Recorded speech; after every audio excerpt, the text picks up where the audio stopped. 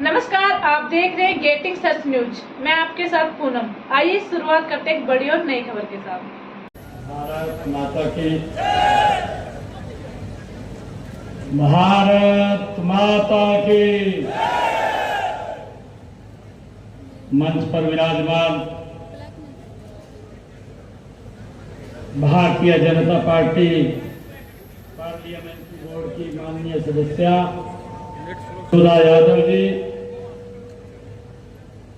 हरियाणा विधानसभा के हमारे deputy speaker Ranbir Gangwa जी,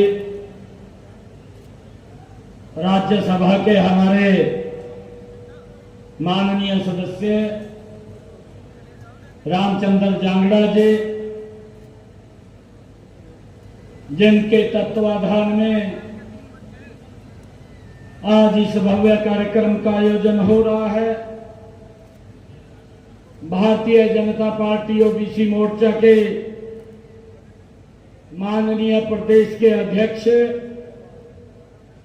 हरियाणा सरकार के पूर्व मंत्री आदरणीय कर्णदेव कांबोज जी, जिला के हमारे अध्यक्ष कमल यादव जी,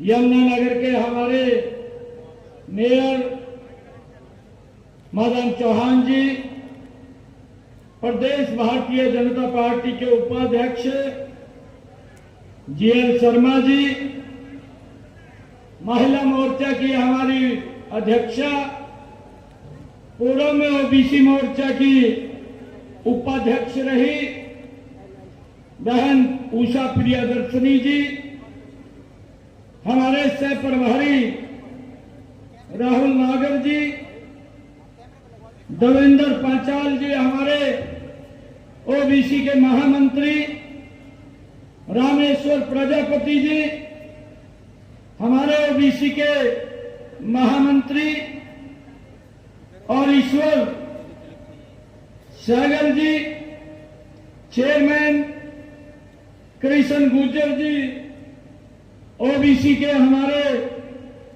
माननीय अध्यक्ष श्याम सुंदर जी, और आज के कार्यक्रम का जिन्होंने आयोजन किया है, ऐसे हमारे इस क्षेत्र के पार्षद कपिल दुआ जी, मंच पर विराजमान सभी ओबीसी मोर्चा के हमारे प्रतिनिधिगण, और आज इस भारी संख्या में यहाँ पर ओबीसी जो सर्व समाज समरसता सम्मेलन है उसमें उपस्थित भारी संख्या में मातृशक्ति, सभी महानुभाव, युवा साथियों, प्यारे बच्चों, दोनों हाथ जोड़ करके आप सबको राम राम करता हूं।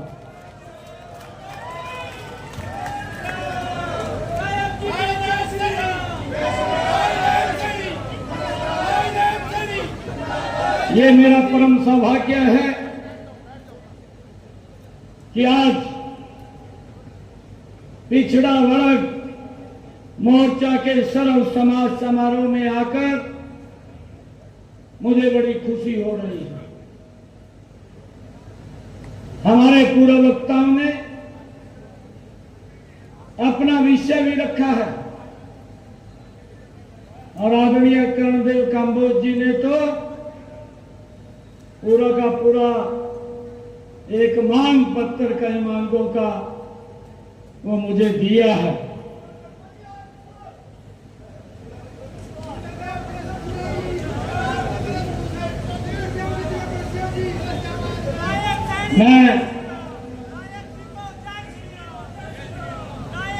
मैं देख रहा था, जब मैं रास्ते से आ रहा था तो कर्णदेव जी का फोन आया भी काफी बरसात होगी और आप थोड़ा रुक करके आना। मैंने कहा कोई बात नहीं जी, रेस्ट हाउस में बैठ जाएंगे। परंतु थोड़ी देर बाद फोन आया किसी पे भी आ जाओ। परंतु मैं ये देख रहा था मैं रणवीर गंगवा जी से बात कर रहा था, हम इकट्ठे थे गाड़ी में। मैं कहा जी यहां भी बरसात नहीं है, परंतु इंद्र देवता यहीं पर आप लोगों के ऊपर बरसा है। आज पूरा का पूरा परिवार आज एकत्र बैठा है। मुझे खुशी है, मैं आज अपने परिवारजनों के बीच में आया हूं। आप सबको प्रणाम करता हूं। मैं रामचंद्र जागड़ा जी को भी सुन रहा था, रणवीर गंगवा जी को भी सुन रहा था, हमारी बहन सुधा यादव को भी सुन रहा था, कर्णदेव कंबोज को भी सुन रहा था। एक ही पीड़ा आ रही थी कि पूर्व की सरकारों ने पिछड़े समाज के लोगों का वोट के लिए तो इस्तेमाल किया, परंतु उनको सुविधाएं नहीं दी। सुविधाओं के नाम के ऊपर कांग्रेस के दरवाजे पिछड़ा समाज के लिए बंद हो जाते थे। मुझे खुशी है, आज मुझे गर्व भी है ऐसे प्रधानमंत्री के ऊपर जिसने पिछड़े वर्ग के लिए अपने सारे दरवाजे खोल दिए हैं। भाइयों, उन लोगों को आईना भी दिखाने का काम ये नरेंद्र मोदी जी ने किया है। भाइयों, हम देखते थे, अभी चर्चा भी उसकी हुई है, काका कालेलकर की रिपोर्ट से लेकर के मंडल कमीशन की रिपोर्ट तक भाइयों कांग्रेस ने लगातार इसका विरोध किया है कि ओबीसी समाज को, पिछड़े समाज को कोई लाभ ना मिले। ये कांग्रेस ने एक योजनाबद्ध तरीके से उनके हालात के ऊपर छोड़ करके रखा है कि ये तो पिछड़े हैं, इनको कोई आवश्यकता नहीं है। इस सोच के आधार के ऊपर ये लोग वोट के लिए इस्तेमाल करते थे। परंतु जब मैं देखता हूं आदरणीय नरेंद्र मोदी जी ने पिछड़े समाज के लोगों को सुविधाएं देकर के आगे बढ़ाने का काम किया है, परंतु उसके साथ साथ जो पिछड़े क्षेत्र भी थे उन क्षेत्रों में भी आकांक्षी जिला घोषित करके अलग से विकास की नई गति का संचार अगर किसी ने किया है तो नरेंद्र मोदी जी ने किया है। भाई, मैं देखता हूं हमारे हरियाणा के अंदर मेवात जिला पिछड़ा जिला था, परंतु जब मोदी जी ने पूरे देश के पिछड़े जिलों को चिन्हित किया और चिन्हित करके उसमें सुविधाएं पहुंचाने का काम किया, तो आज 10 वर्ष के बाद उन पिछड़े जिलों की कायाकल्प करने का काम ये 10 वर्षों में नरेंद्र मोदी जी ने किया है। भाई, उनमें जो सुविधाओं का अभाव था उन सुविधाओं को भी मोदी जी ने पहुंचाने का काम किया है। और भाइयों, पिछड़े वर्ग के लोगों को भी सम्मान देने का काम ये नरेंद्र मोदी जी ने किया है। भाइयों, मैं जब देखता हूं आदरणीय प्रधानमंत्री जी ने जिसकी चर्चा अभी हमारे पूर्व वक्ताओं ने भी की है, उनके मन में पीड़ा थी कि आज तक पिछड़े समाज के हकों को दबाया जा रहा है, परंतु मोदी के कार्यकाल में पिछड़े समाज के हकों को आगे बढ़ाने का काम होगा, उनको दबाने का काम नहीं होगा। जब हम ये देखते हैं कि मंडल कमीशन की जब रिपोर्ट आई थी, लोकसभा के अंदर उसके ऊपर उनको अधिकार देने के लिए चर्चा हो रही थी, कांग्रेस के जो विपक्ष के नेता थे राजीव गांधी आधे घंटे तक लोकसभा में खड़े होकर के इस बात की वकालत करते रहे कि ओबीसी के लोगों को ये हक नहीं मिलना चाहिए। भाइयों, आज भी उनकी वो स्पीच वो लोकसभा के अंदर रखी कि ओबीसी के लोगों को अधिकार नहीं मिलने चाहिए। मोदी जी के मन में ये पीड़ा थी। उन्होंने 2014 के बाद जब ये पहली बार कि ओबीसी को अधिकार मिलने चाहिए, ओबीसी भी सशक्त होना चाहिए, ओबीसी भी मजबूत होना चाहिए, भाइयों वो बिल लेकर के आए। लोकसभा में तो पास हो गया, परंतु जब राज्यसभा के अंदर गया कांग्रेस के नेताओं ने फिर विरोध किया और राज्यसभा के अंदर जाकर के वो गिर गया। भाइयों, इस बात को हमने समझना है।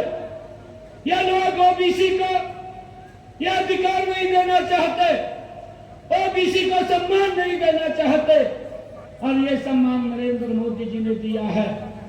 और जब फिर 2019 के अंदर मोदी जी एक बड़े मैंडेट के साथ जीत करके आए, पहले ही सेशन के अंदर मोदी जी उस बिल को लेकर के आए, लोकसभा में पास हुआ, राज्यसभा के अंदर भी वो पास हो गया और ओबीसी आयोग बन गया। ओबीसी को संवैधानिक शक्तियां दे दी गई। और भाइयों, ओबीसी आयोग संवैधानिक शक्तियां ही नहीं मिली, अब ओबीसी समाज के बच्चों का भाइयों एमबीबीएस की सीटों में 27% का अधिकार ओबीसी समाज के बच्चों को मिलना शुरू हो गया है। ओबीसी समाज के बच्चों को चाहे सैनिक स्कूल है, चाहे नवोदय विद्यालय है, चाहे केंद्रीय विद्यालय है, उसके अंदर भी 27% का भाइयों आरक्षण वो नरेंद्र मोदी जी ने देने का काम किया है। भाइयों, हमें इस बात की भी खुशी है कि मोदी जी ने ओबीसी समाज को, जो हमारे ओबीसी वर्ग के जो बच्चे हैं, उनके लिए प्रधानमंत्री कौशल योजना चला करके उनको प्रशिक्षित करके मुद्रा बैंक के साथ जोड़ करके नरेंद्र मोदी जी ने उनको पैरों पे खड़ा करने का काम किया है। मुझे यह भी खुशी है, मोदी जी ने ओबीसी आयोग का जब गठन हुआ, उन्होंने एक वेंचर कैपिटल फंड बनाया, उसका निर्माण किया और उसके निर्माण के बाद हमारा ओबीसी समाज का कोई बच्चा अगर कोई उद्योग लगाना चाहता है या अपना कोई और काम करना चाहता है, उसमें अलग से बजट का प्रावधान किया और बजट का प्रावधान करके उसको हेल्प करने का काम ये नरेंद्र मोदी की सरकार ने किया है। भाइयों, मुझे ये भी खुशी है कि आदरणीय मोदी जी ने उन लोगों को ये आईना दिखा करके कि इसके ऊपर ओबीसी समाज का 27% का अधिकार है। अपने मंत्रिमंडल में 27 ओबीसी समाज के मंत्रियों को जगह देने का पहली बार काम अगर किसी सरकार ने किया है, वो नरेंद्र मोदी की सरकार ने किया है। मैं धन्यवाद करता हूं आदरणीय नरेंद्र मोदी जी का। भाइयों, ये आपकी ही ताकत है, ये आपकी ही ताकत है कि मोदी जी ने ला करके मुझे आपके बीच में से उठा करके खड़ा कर दिया है। भाई, ये आप लोगों की ताकत है। मैं धन्यवाद करता हूं आदरणीय प्रधानमंत्री जी, जो सम्मान ओबीसी को पहले कभी नहीं दिया था, आज वो सम्मान भारतीय जनता पार्टी की सरकार, नरेंद्र मोदी की सरकार भाइयों देने का काम कर रही है। मैं तो ये भी इन लोगों को कहना चाहता हूं कि जहां जहां पर भी कांग्रेस की सरकारें हैं, भाई कहीं भी ओबीसी आयोग नहीं बनाया, उनके हालात के ऊपर छोड़ रखा है। और चाहे उसमें आम आदमी की सरकार भी हो, उनको भी ओबीसी आयोग नहीं बना।